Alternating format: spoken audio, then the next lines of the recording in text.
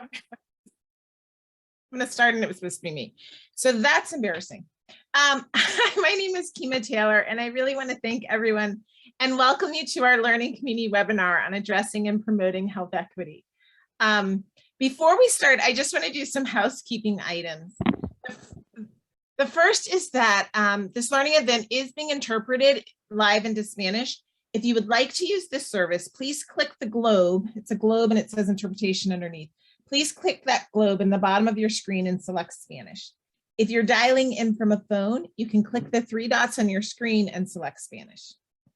You've all been muted upon entry to the session, but you can ask a question by using the raised hand feature and ask to be unmuted, or you can use the question and answer tab in the Zoom. It is important if you could use the question and answer tab for any questions, because if you put it in the chat room, we're liable to miss it, and then we won't get to probably what's really an important question. The chat room feature is open, however, and we offer that you use that to share ideas and thoughts and similar experiences that you've had while the speakers are talking, or if you wanted to link to something that you think the other participants might find relevant. But please be kind in the chat room. Really try to avoid posting questions for the speaker and try to be civil to one another and kind. So, if there's something you disagree with, that is important to know. We want this to be a brave space and for people to speak up, but to be civil while doing it. Finally, as with all of these, if you have technical problems, please email this email, vaxequitylearning@urban.org, and someone will get back to you as soon as possible, try to help you with your technical concerns. As with all the learning events, we're going to post the recording of this event on the community website. And because we know that not everyone has been onboarded to the website yet, we'll send it through an email coming from whoever you usually get the learning community announcements from. So I'm going to introduce myself. I'm Kimá Taylor. I'm a non-resident fellow at Urban Institute. I am a pediatrician by training and used to work in the DC area. And I'm really excited to have this conversation. And I'm going to pass it over to Joynetta. Hi, everyone. Thank you, Kimá, and thank you all for being here today. We're so excited, excuse me, to share this space with you all. So I'm Joynetta Kelly. I work at the CDC, as I know a lot of your faces, and I've spoken to a lot of you as a project officer, but I'm really glad to be here in this space. I'm the section lead for the Community Engagement and Health Equity Consultation section within the Adult Immunization Program. I am here in Atlanta, which is finally sunny outside and not rainy and cloudy, so that's nice. And I am going to introduce our wonderful panelists, and I'm going to just give them the grace of reading their bios to you very quickly, as we have a lot of information to cover today. So first up, we have Rodrigo Stein. He joined La Clínica in 2016 as its health promotion manager. Utilizing a host of environmental and culturally appropriate strategies, he designed and implemented programs and initiatives aimed at reducing the incidence of chronic diseases for the Latino immigrant community. Before La Clínica, he was selected as a Global Health Corps Fellow with the Grassroots Project, where he advanced health equity in the District of Columbia by using sports to reimagine health education in middle schools. He also supported youth development in his roles at Manchester United Soccer Schools and the Manchester United Foundation in the UK. And in his current role, Mr. Stein will be establishing our Health Equity and Strategic Community Partnerships Department with the focus on leading programs to address language barriers, engage community participation for program development and advocacy, and promote meaningful collaboration across sectors by strengthening local partnerships. Mr. Stein earned his Master's of Science in Sociology of Sports from Loughborough University in the UK and a Bachelor's of Arts in History and Political Science from Concordia University in Montreal, Canada. Welcome. We also have Dr. Mary Owen, who is a member of the Tlingit Nation. She graduated from the University of Minnesota Medical School and North Memorial Family Practice Residency Program before returning home to work for her tribal community in Juneau, Alaska. After 11 years of full-scope family medicine, she returned to the University of Minnesota Medical School in Duluth in 2014 as the director of the Center of American Indian and Minority Health.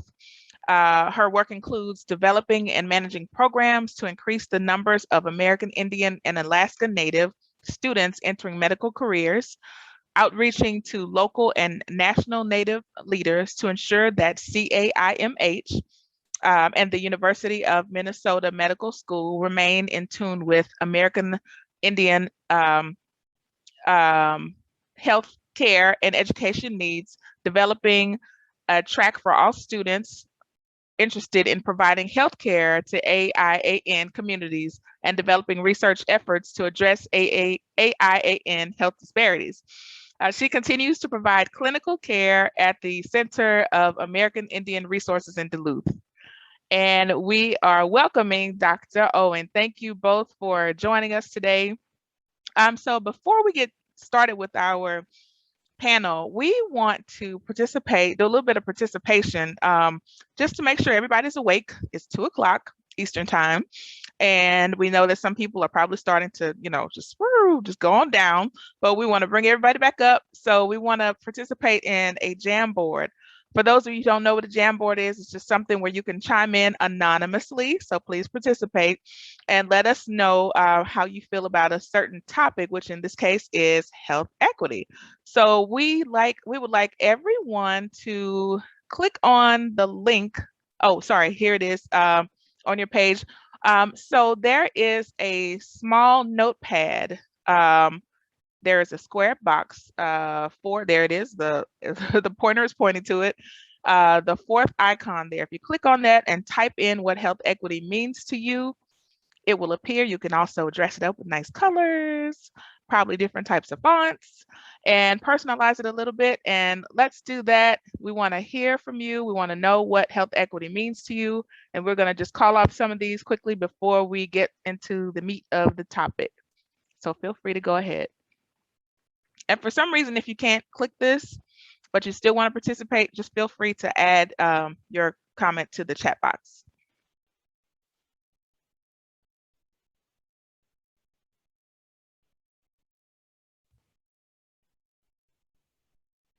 Already seeing some great ones here. Thank you all. So I'm going to just read some of them while we keep going here. So health equity means justice. It means access to language translation services. It means protecting my community. It means that my daughter's health outcomes won't be predictable based on her race and ethnicity. It means fair opportunity toward health. It means prioritization of human life over profit. It means considering all people and their unique needs and situations in planning health policies and programs. Fair opportunity. It means accessible healthcare, accessible to everyone. Ensures that people have all the resources they need to live a healthy life. Equal access to and treatment for health services. Access to high quality healthcare. Providing a variety of ways, transportation, language, cultural competence for people to achieve their healthiest life as possible. Okay, from the Q&A, we have ownership over health. And they just keep on rolling in. That's wonderful. I think I may have overlapped some of them. My eyes are crossing, but this is good. We have so many different color palettes here. So it's great that everyone is festive today. It means ensuring Black Americans have similar positive health and wellness outcomes as other Americans, including infant mortality rates, quality health care, and lifespans that are not cut short. That's wonderful. So this is great. Thank you all for participating. I think I may have skipped a few. This is wonderful. So thank you everyone for participating. These are all great, and it lets me know that I don't have to work so hard because you all know what health equity means already. So, but we still will level set on the next slide. We will talk a little bit, we're gonna talk about what we're gonna talk about. So, excuse me, during this discussion, we're gonna cover what is health equity, which a lot of you have answered very well already. We will talk about using a health equity lens and how to apply it to your work, key principles for inclusive communication, cultural humility, and anti-racism. Next slide, please. So I know you all have seen this slide and it's like preaching to the choir, but we just like to make sure this is highlighted. This slide always resonates with me because it shows the difference between equality and equity. And when you see the image at the top, you see that there are bicycles of one standard size, one standard type, that has been distributed to 4 different types of people. So you see the first person is in a wheelchair, the second person is a very tall person, the third person is of standard, I guess normal, if you want to call it normal height, and then the last person is a small person. So giving one standard size bicycle to all those people will not help the transportation issue in that community. As you can see, the first person can't even use the bicycle because they're in a wheelchair. The next person is very uncomfortable, slumped over. The third person, it actually works for them. And the last one, not so much, they're having a little problem pedaling.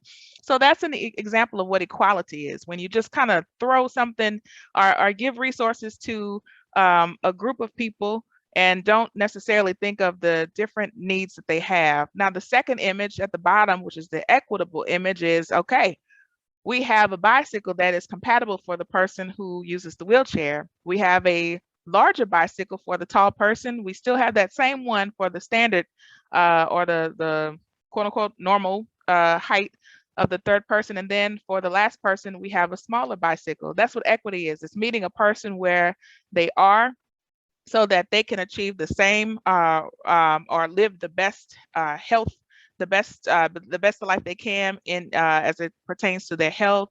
And in this case, so they can get to where they're going successfully. So again, I know you already know that. We just like to level set with that, the difference of equality and equity. So we'll go to the next slide. So just want to talk just a second. You all have seen this so many times in your packets, your orientation packets when you first came on board, or when you became funded. You have seen this slide. This is just an example of how we are addressing the social determinants of health, how we are overlapping the engagement and health equity processes and policies and strategies and initiatives through community, local, state, and national. So CDC is providing or has provided and still is providing funding, learning and data support, technical assistance, and toolkits to partners at each level. So thank you for your service as you identify your areas in this slide.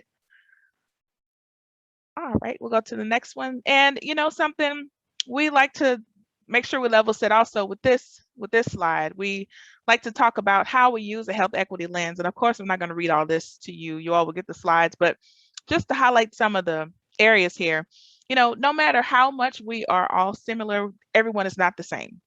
We are a community of diverse races, cultures, traditions, practices, and it's important to make sure we understand that as we begin our programming, as we put in initiatives and activities in different communities, we want to make sure that everything is comparable to the communities that we're serving. We have to also remember that equity crosses spans of communities. It's not just about race or gender, but it also involves people in the LGBTQX communities, people who find themselves in a homeless environment, people with disabilities, people who are living with mental conditions, people who use substances, and the list goes on and on. So it's important that we make sure that we are cognizant of that when we are creating programming and initiatives to address different issues. Also, we want to make sure that we're using people first language when we are addressing different populations. Not everyone went to college or even finished high school or even went to high school. So we have to remember that as we communicate with the public and ensure that our language, the language that we're using is something that is digestible and understandable. In addition, we want to make sure that we all know that being cognizant to social determinants of health is very important. Where we eat, live, worship, pray, who we love. Everything is a factor in the way we reach our communities. So these are important concepts and important things that we must remember as we continue to engage with our communities using an equitable lens. We'll go to the next slide, please. There we go. So just to highlight some key principles for inclusive communication. And again, you all probably know this, but we just want to make sure we highlight some things here. So we want to avoid adjectives such as vulnerable, marginalized, and high risk. And I make this mistake all the time because we're doing this work, we're in our groove, we're typing things up, we're speaking on panels, we're doing all this, and sometimes we slip and say vulnerable populations are marginalized. So we want to try to avoid that and try using groups that have been economically or socially marginalized. Again, using people first language. Instead of referring to a person as a diabetic, you may say that this is a person with diabetes. Remember, there are many types of subpopulations. Instead of using minorities, say, maybe use people from racial and ethnic groups. Also avoid works with violent connotations. Instead of saying target communities or tackle or combat issues, you might want to say engage or prioritize or collaborate with and serve. And instead of saying people who refuse vaccination, which has been a hot phrase that we have to make sure we don't say, we want to make sure we use something like people who have yet to receive vaccination. So those are just some key principles we want to make sure you all remember as you continue your work. Again, thank you for what you do, and I'm going to kick it back over to Kimá to talk about cultural humility and some other great things. Awesome, thanks. And so just to go quickly so you can get to our speakers, I really wanted to talk about this idea of cultural humility. I don't like to use the idea of cultural competence because it has become this word where people think there's an it and you can then achieve it. And so as Joynetta said, there are people have very different intersectional identities. Just because you're Black does not mean you have the exact same viewpoints as someone else. And so being able to be humble and recognize it's a lifelong process of self-reflection and self-critique where you're proposing a way to really have the commitment to working in partnership with your client, your patient, to achieve the best outcomes possible. And recognizing that their culture is a part of it, but they have to identify and help you understand what that means to them.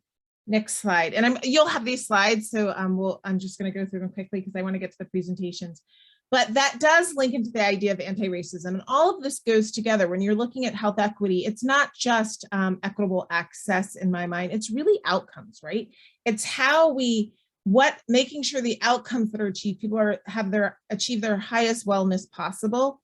And so that does link into social and what I call societal determinants of health. Social determinants of health are incredibly important.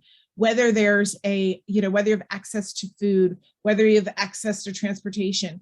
But I guess my concern with social determinants of health is they often become about the individual, whereas society has made decisions on who is going to have access to food, who is going to have access to transportation, whether you live in a food desert, whether you're moved from one place to another. And so that really gets the idea of anti-racism and the process of identifying and eliminating racism by changing systems, organizational structures, policies, practices, and attitudes so that power is redistributed and shared equitably. And it's very important for much of what we're doing. We know there is a historical precedent that making tweaks at the border does not eliminate racism. It doesn't lead to equity. It really does have to be thinking about these more systemic changes and working in partnership. And it really comes to the idea that we all achieve. If you have racist policies in place, everyone suffers, including white people. And, I do a lot of work in substance use, and that it's really become true that the racist policies we put in place in the past, because we didn't look to the past and listen to the past and our ancestors, led to, unfortunately, really avoidable outcomes in the present. And so really wanting to build on this idea and of the project, really looking at the systemic space and looking at both social, societal determinants as we look towards populations to achieve health equity, equitable access, and equitable outcomes. But with that, and like Joynetta said, we are going to send the slides. You've had many of these conversations and you'll have many more, but we really want you to have time to learn from folks in your community who are doing amazing things. And so after this discussion, we'll have time for Q&A, but I'd like to pass it over for now to Rodrigo from La Clínica. Rodrigo, I turn it over to you. Thank you so much, Dr. Kimá. I'll try to be as concise as possible because I know we have a lot of exciting perspectives to cover. So my presentation will focus on how to increase vaccine confidence in the Latino immigrant community. But to begin talking about the vaccine, we have to understand what we mean by immigration and health. Next slide, please. So it's important to understand that foreign-born migrants maintain strong and effective social, cultural, and economic political ties with our places of origin, even after many years of relocation. The culture of our homelands, our lived experience in our countries of origin, and how these factors interact with US society as a whole have a direct impact on our health outcomes. Our migration story, why and how we came to the US, the length of time we have lived here has a direct relation as well to our health outcomes and our health-seeking behaviors. But here's a point that I would like to share with the group, and hopefully you'll remember. We should always remember when we're talking about immigration and health that there are no border crises or immigration crises in the United States or anywhere else. Instead, there are actual crises that drive mass migration, such as capitalism, war, inequality and impunity, and the climate emergency, and the imagined crisis at the political borders, which are used to justify border securitization, violence, and exclusion due to immigration status. This exclusion plays out in progressive criminalization of an administrative status and how immigrants engage with the police, law enforcement, state and government entities, the inability to obtain basic documents such as social security number, which then trickle down to obtaining a driving license, banking documents, homing or renting ownership, access to other services, and the general effect on social insertion and stability. This then trickles down to the inability to obtain a social safety net status and effect on our socioeconomic status because there is no safety net. This increases vulnerability with respect to employer exploitation, and all of these reinforce the vulnerabilities associated with the social determinants of health, which produce negative effects on physical and mental health. Next slide. So La Clínica del Pueblo is a federally qualified health center and a patient-centered medical home, as well as a community-based organization. It was born in 1983 as a response to Salvadorian immigrants in the United States, advocating to create a response to the emergent health needs of displaced migrants due to the civil war and state-sponsored violence and repression that was happening primarily in El Salvador, but all across Central America. For many of these immigrants, accessing health services in the United States was nearly impossible due to the cultural, linguistic, and economic barriers they faced. Additionally, since these conflicts happened during the Cold War, asylum and refugee status were not afforded to them as their governments were under US or allied with the US, meaning immigrants were not legitimate refugees, unlike political refugees from countries like Cuba or the former Soviet republics during the same time period. Next slide. So who are the communities that we currently serve? So we see about 4,500 patients a year, 92% are Latinx, 80% are from Central America, predominantly from 3 countries, El Salvador, Guatemala, and Honduras. 35 of these patients are uninsured and are limited English proficient. And as you can see, 84% have an income of 200% or below the federal poverty line. We reach about 20,000 additional to those 4,500 patients we see in the clinic through community programming. Next slide. So what are the type of services that we provide at La Clínica del Pueblo? We provide a model of care and programs through an integration approach. We provide a bilingual primary care services, mental health and substance abuse programs, plus medical interpretation led by our language access team, and offer community level health education programs focused on topics such as healthy lifestyles, obesity, diabetes prevention, wellness and sexual health, HIV, STI prevention, and LGBTQ health and gender-based violence prevention. More recently, also COVID-19 prevention. Next slide. So what are the strategies we're currently utilizing to address health equity? First and foremost, we ground ourselves in addressing and mapping social barriers associated with language and legal issues. So language, we do this through our medical interpretation services and language access department, which upon request, we send medical interpreters to appointments with La Clínica's patients. And through our legal department, we focus on advocacy and fostering intersectoral partnerships. We also do community surveys. For example, I'd like to highlight right now during COVID, we've surveyed around 642 people and trying to map what are the barriers for vaccines, to access vaccines. We engage all our programs through our promotores de salud or community health workers. So they are our community representatives through all our community-based programming. We have a patient advisory committee, which is sort of like the steering patient-driven committee within La Clínica services, as well as 51% of the board is represented by the community. These help fortify and design health education as well as advocacy campaigns, which we can address sort of the social and structural barriers that are affecting our community. And we also focus very strongly on developing intersectoral partnerships and trying to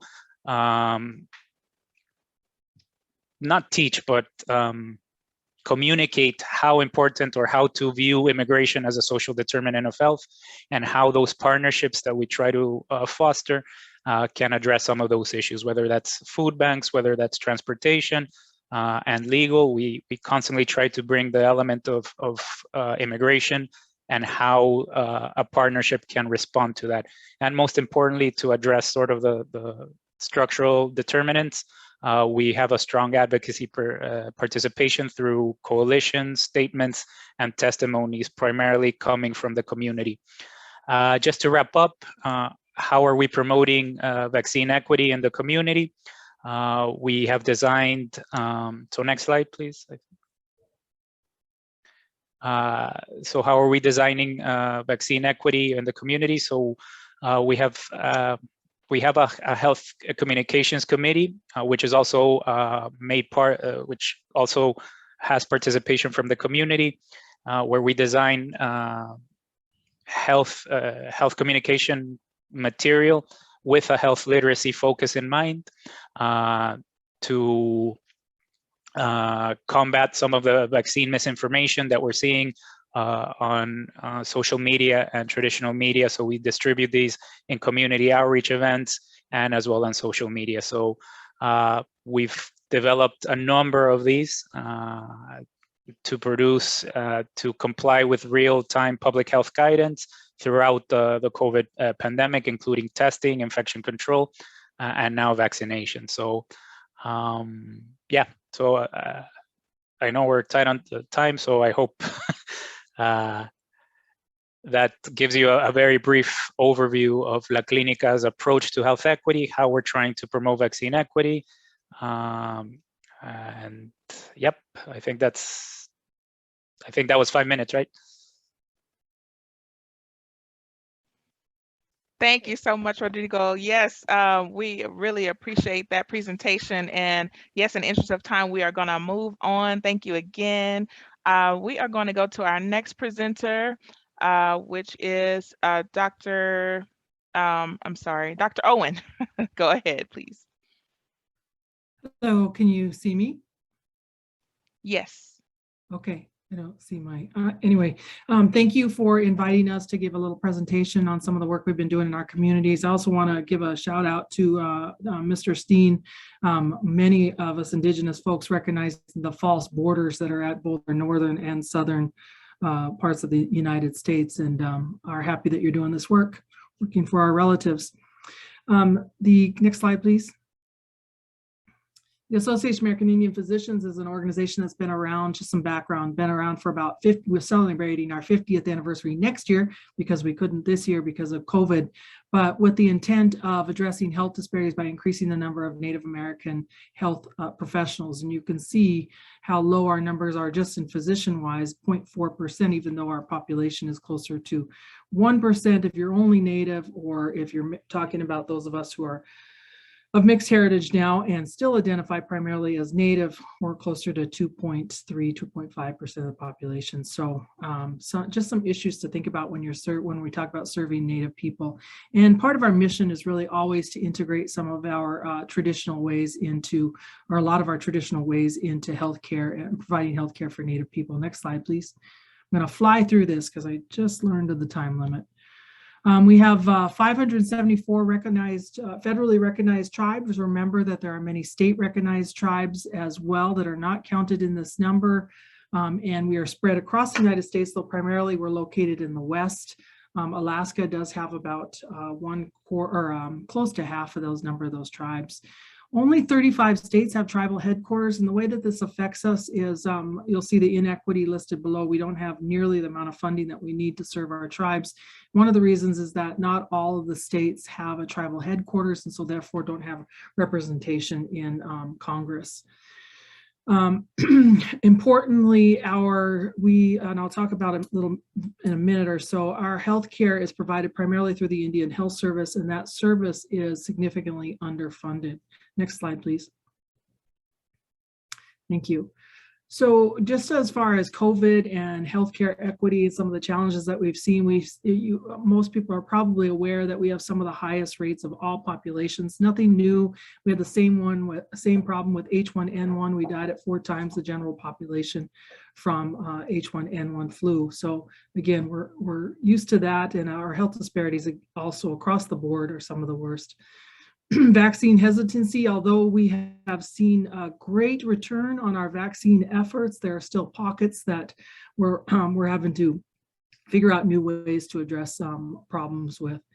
Some of the actions that we've implemented, we've had targeted messaging, not just to our populations, but to the healthcare providers who serve us and to our tribal leaders. Our tribal leaders has actually been really great, and so have our Native physicians, about turning around and doing this message in turn for our populations. And our collaborations have extended throughout Indian country. We tend to be, as a population, community-based. There was a nice study done in December of last year by a research group out of Seattle that showed that about 3/4 of our population, or 3/4 of our population, were interested in getting the vaccine because of its importance to our communities, not for individual reasons. Next slide, please. Our vaccination programs have included specific information on the vaccines, as you would expect. We've had lots of different media through television, radio. What's important, one of the key points about our vaccine messaging is that we've had it more regionally focused through our task force, because although there are 507, we have 574 tribes or tribal nations, and we have that many different ways of viewing the world. So we wanted to be more specific to the different regions that we were serving. And so we've recruited physicians and healthcare providers within each of those regions to send the messages. We've collaborated with lots of different, again, tribal groups, including media, other health serving institutions like the National Indian Health Board, states like university programs. I think that's all I want to say about that one. Next slide, please. So on our health inequities, I think most of us here are well aware of all the issues of social determinants of health. And in addition, with some of our populations, we've seen a lot more trauma imposed on us because of colonialism, including relocation, termination for some of us. boarding schools, which of course we're all hearing about now, and the long-term intergenerational result of those policies continue to affect us to this day. One of the ways that it affects us is that at least a quarter, if not more, depending on the state that you're living in, of American Indians, Alaska Natives now live in poverty. And of course, with poverty comes inability to have much control of your life, and also people are living in poverty. Health is just one of many things that they're concerned about. So we have a hard time. That affects our vaccination rates because people aren't always showing up because, again, they're dealing with other things in their life. Our life expectancy in general across the country is about 5 years less than other populations, but in some areas like Minnesota and South Dakota, for instance, it ranges up to 10 and 11 years difference. So again, that difference in regionality, which is key for us. Next slide, please. Thank you. It's important that people understand some of the myths and misinformation about us. And I think that some of us who entered this, I came back to academia after serving my tribe for a while and was shocked at the number of people that don't understand the trust responsibility of the US government. In signing treaties, the government over and over promised to the tribes health care and other social services. So Native people were promised long ago for health care in exchange for all of the lands that this government has made thousands of dollars off of, or I'm sorry, I just read a chat at the same time, made billions of dollars off of. And despite that trust responsibility to tribes, the IHS is funded at a fraction of the per capita costs or per capita spending for other people in the United States, as you'll see on the following slide. Another important factor is that now, because of termination and relocation policies, only about 1% of us live in the, about 70% of us now live off of our tribal lands and in urban health centers, and yet urban health care only gets about 1% of the Indian Health Service budget.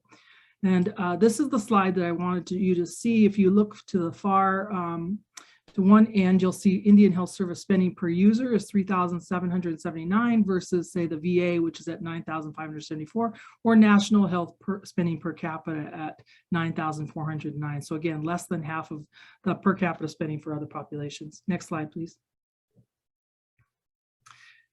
So as the virus changes, we need to, or along with the virus changing and these variants, we need to change our message, constantly trying to figure out what will work with our populations. Next slide, please. Thank you. I was hoping we'd have another slide to explain this. I'll talk about it more in depth later if people have questions about it. But one example of the different messaging is recognizing that a lot of our folks are hesitant because of trust issues, but also because of belief that traditional medicine and want to hear more from our traditional providers. So this evening, AAIP and the University of Minnesota is sponsoring, along with the American Indian Housing Corporation here in Duluth, Minnesota, a webinar with two providers. One is Western trained as well as traditionally trained, Dr. Terry Maresca and Dr. Ms. Sharon Day from the Ojibwe community, talking about traditional medicine, how to take care of yourself traditionally during COVID, but also about support of the vaccine, recognizing that sometimes we need a modern solution for a modern problem. So in order to bring health equity to Native people, certain things need to happen. For instance, we have to have adequate funding. The Indian Health Service was paid for long ago with tribal lands. So we need to, our government needs to address that. We need quantifiable goals for the tribal vaccination. We've had great rates so far, but we actually need to hold our numbers and address and get us there with these vaccination programs. Better access to care and specialty care, and greater investments in technology, greater investments in public health. A good example of investments in public health is so many people from the Dene communities didn't always have and still don't have access to clean water facilities. So that's just one small example. And I will end there. I know that I went over, but boy, did I try to rush that. So looking forward to the questions. Miigwech. You did a fantastic job, Dr. Owen. Thank you so much for your participation and for that information. I know that was my first time hearing some of that, and it is always so valuable. So now we're going to jump into the panel. Kimá and I are going to ask a few questions, and first we want to kick it off to Rodrigo because I know he has to go soon. So can you tell us how are you applying different aspects of a health equity lens in your work? Can you elaborate a little bit more? Yeah, absolutely. So I think La Clínica is grounded on a health equity approach. First and foremost, it's culturally appropriate. All of our services are completely bilingual. I think we also recognize the diversity of the communities we serve. When we speak of Latin America, we're actually speaking of over 24 countries. Not all of them speak fluent Spanish as well. So that's and it's tied to what Dr. Mary Owen was saying. A big recipient of communities that have migrated in recent years come from indigenous communities, particularly in Guatemala, where we have Maya Ixil and other languages that are not exclusively in Spanish. So our culturally appropriate services grounds ourselves in that reality. We also know from the communities we serve, we try to adapt services to the LGBTQ community through our Empoderate program. All of our community-based programming is delivered by promotores de salud or community health workers. So for example, when we distribute the vaccine health education materials, these are usually delivered in community outreach events where promotores engage in brief health education sessions to try to increase vaccine confidence and reduce some of the fear and hesitancy that may originate as well from past traumas with the healthcare system or just general exclusion of not being seen when they wanted to, and building that distrust within the community. When we try to address sort of the more structural, I think those are based on individual aspects of health communication, but we know that's not enough. To address the social determinants, you got to address the underlying systems that sustain those health inequities. So we have a pretty robust advocacy program where we try to really build alongside the community testimony, community participation to improve in a tangible way healthcare access. For example, in the District of Columbia, there's a health insurance program called the DC Healthcare Alliance. So we try to engage our community to really fight for that right that is provided by the district, but not necessarily through the bordering district communities such as Prince George's County. So really trying to build that knowledge, build that participation, so the community itself can advocate for themselves and gain that healthcare access. In terms of the other barrier, which I said is language, we have a medical interpretation services, which provides over, I would say, 500 medical interpretation appointments for La Clínica's patients. And this in an effort to reduce sort of the communication pitfalls that we have when a system is not, I know by law we're required to provide interpretation, but our interpreters go a bit further than just translating or interpreting the communication. It's really grounded in the social needs of the patient. So we try to connect people, whether that's something as simple as the next appointment, but also the network of social services that a patient may need in their follow-up. So in terms of vaccine itself, we've partnered with community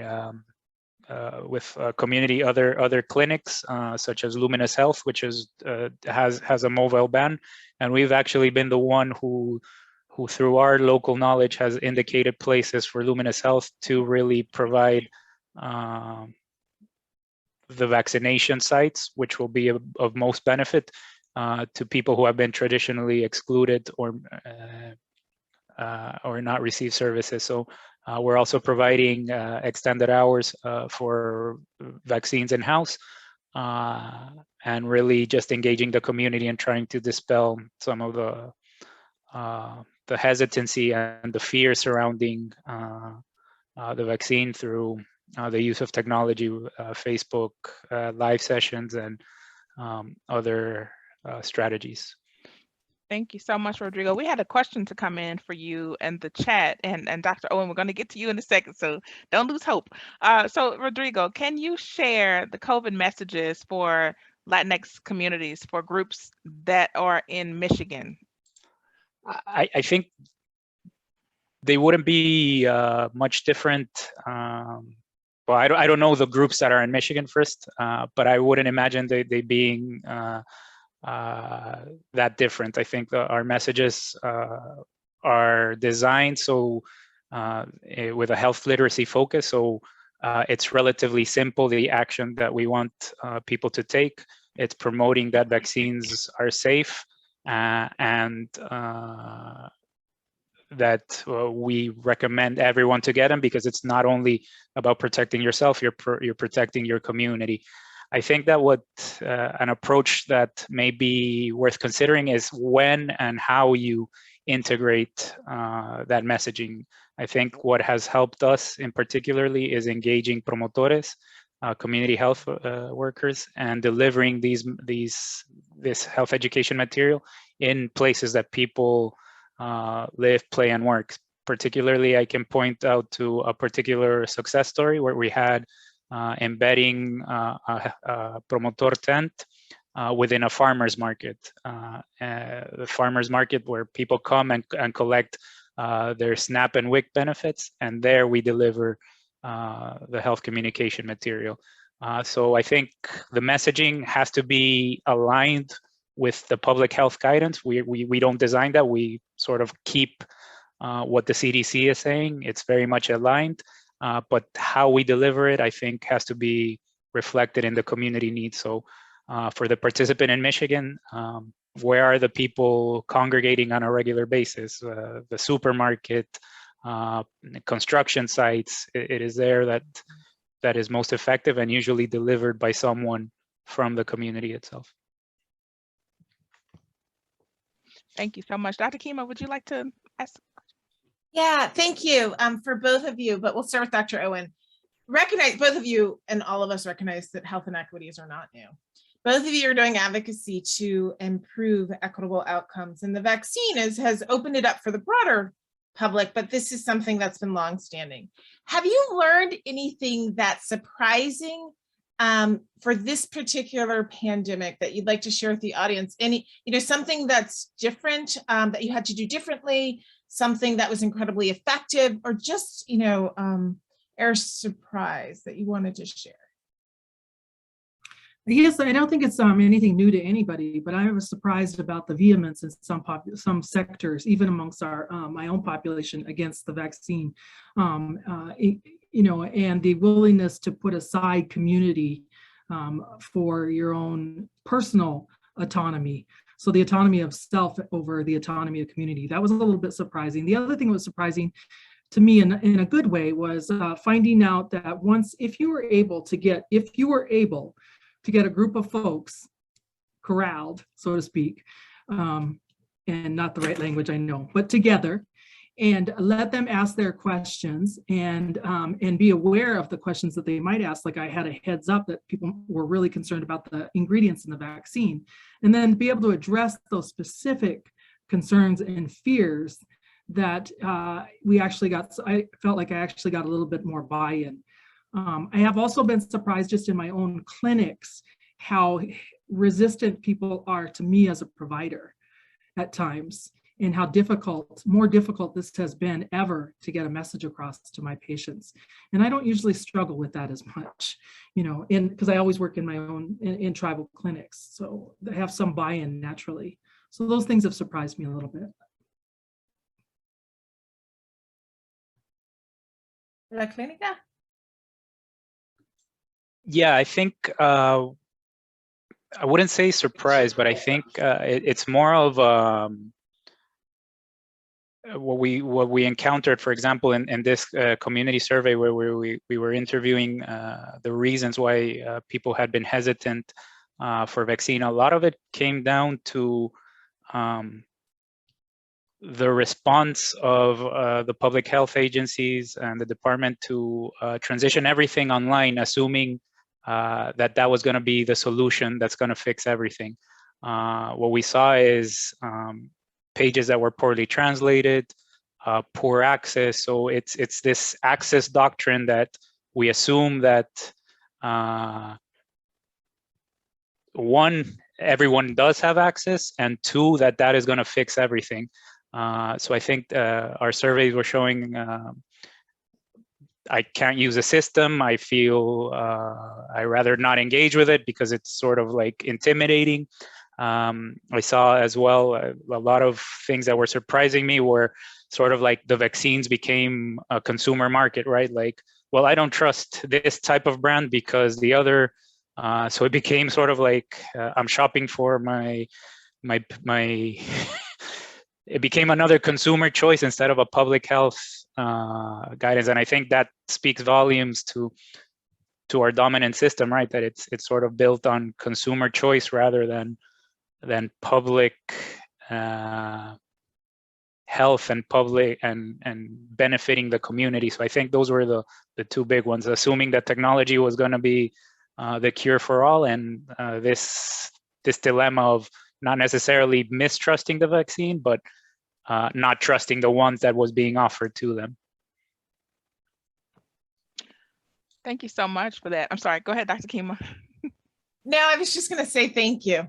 That is the same. Yeah. Yeah, well, you know, you brought up a very interesting point, Rodrigo, and I know we only have a couple minutes left before we have to wrap up.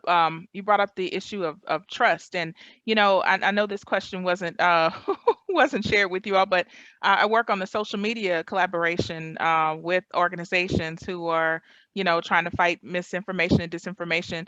Have you all dealt with in your communities and in the work that you do? Have you dealt with social media misinformation, and how do you deal with that? How do you deal with the since social media has become the way of life for everyone? Some people you look to social media as their news outlet. So how have you, or if you have, can you share, I don't know, a success story or ways that you can way that you've used success social media to combat mis and disinformation? We started out immediately with a social media campaign, and we used physicians from different regions of the country talking about the positive vaccines. And then as soon as they were getting them, they were getting shots and then having those images thrown all over Facebook. I don't think in my experience, it has not been helpful to attack any of those negative messages online, or at least definitely don't go do extensive response to any of them, because then it's just, it just builds on that negativity. So just trying to flood with more positive messages, both the safety of the vaccine and then people within the community, and you making sure that you're using, as Mr. Stein said, trusted people within the community. So our tribal leaders, our elders, and some of our healthcare providers who've been in those communities for a long time. Thank you, Rodrigo. Yeah, I agree. I think, as I said, we created a number of health communication material that was adapted per the CDC guidelines that we were receiving. Each were designed with a health literacy focus, very simple to follow and act upon. But in complement to distributing these through community outreach, we did use social media by hosting weekly Facebook Live events where we try to invite community dialogue. As Dr. Mary Owen put it, we try to invite physicians from La Clínica who could talk about any concern the community was having. So we use social media to invite dialogue and communication in a safe and non-judgmental way. And as Dr. Mary Owen put it, instead of like combating everything that was coming out because it's too much, is just focus on what we have and keep pushing the message that vaccines are safe, they're good for the community, and they protect the people you care the most about, not only yourself. So. Thank you so much for this robust conversation, and we hate that we have to end, but what we want, before Kimá closes us out, we want all of you audience members to continue to write questions that you have in the chat or in the Q&A, and we're gonna get these questions and get answers for you and bring them back to you. So as Kimá gives us the last, the closing and the final announcements, feel free to use your chat box and your Q&A feature. Thank you. And I'm going to use something Dr. Mary said to lure you into the communities of practice. But one thing you said around the trust, and people have spent lots of time building trust, still are seen as suspect, and even for family members trying to talk to one another. And so I think that's, you know, a topic that people are wrestling with, or I've wrestled with myself. So that gets us to a place you can wrestle with these conversations with one another. And that's the communities of practice. So we're excited to announce the launch of communities of practice within the Partnering for Vaccine Equity Learning Community. These groups really be an opportunity for learning community members to talk with one another, share successes and challenges, share frustrations, build skills in smaller groups, and really work through some of the knottier problems that you want to, or just cheer when you have the successes. Anyone in the learning community can be a member of the community of practice. But based off the feedback that we received from you all, each of the communities of practice will focus on a specific priority population. So if you'd like to participate, we'd really love if you could fill out the interest form that Leandro's putting in the chat, and as soon as possible, because we do want to get these up and running. And there we go, it's in the chat, get these up and running. But the last day is Friday, the October 15th to join up. But again, if you could do it as soon as we get off, that'd be great. And then the last announcement is that we're going to have office hours on this topic next Wednesday, the October 20th from 2:15 to 3. And it's really on the topic of addressing and promoting health equity. So it'll be a small opportunity for a small group to engage in an informal way. And again, ask questions, share thoughts, you know, go on a deeper level sometimes than we have when we're rushed, because clearly Dr. Mary had lots more slides that we would have loved to hear from. Those who want to participate similarly must sign up for a 20-minute slot using a Calendly link that is also going to be in the chat. And up to 10 participants can sign up for each slot. So I hope you'll join me, and really want to thank you guys again for joining us on this webinar. Really want to thank our two presenters. Those were amazing presentations, and I feel like I learned a lot, and I'm sure you guys learned a lot as well. And we'll hope to join the next time. And I'll pass it off to Joynetta just to say goodbye. Oops, nope, I'm not, because I forgot to say one more thing. We're going to do this event satisfaction poll as well. I mean, I couldn't start the thing. I'm messing up the finish. But we're going to do this event satisfaction poll as well, just to see, you know, we always want to do these events to the best of our ability to make sure they're as valuable as possible. So that's why we have the satisfaction poll, if you guys could fill it out. But now I'm passing it over to Joynetta. And you did a wonderful job, Kimá, just as all of us did. So thank you so much for joining us today. Go ahead and fill out that poll. We look forward to continuing working with you all. Thank you so much for your service. Thank you for what you're doing. We can't do it without you. And with that, we are going to wrap it up. Please take a second. If you want to hang out for a little while and put more questions in the chat box, feel free, and we'll stay and stick around and get your questions. But for now, we thank you again, and stay safe, everyone, and we'll see you.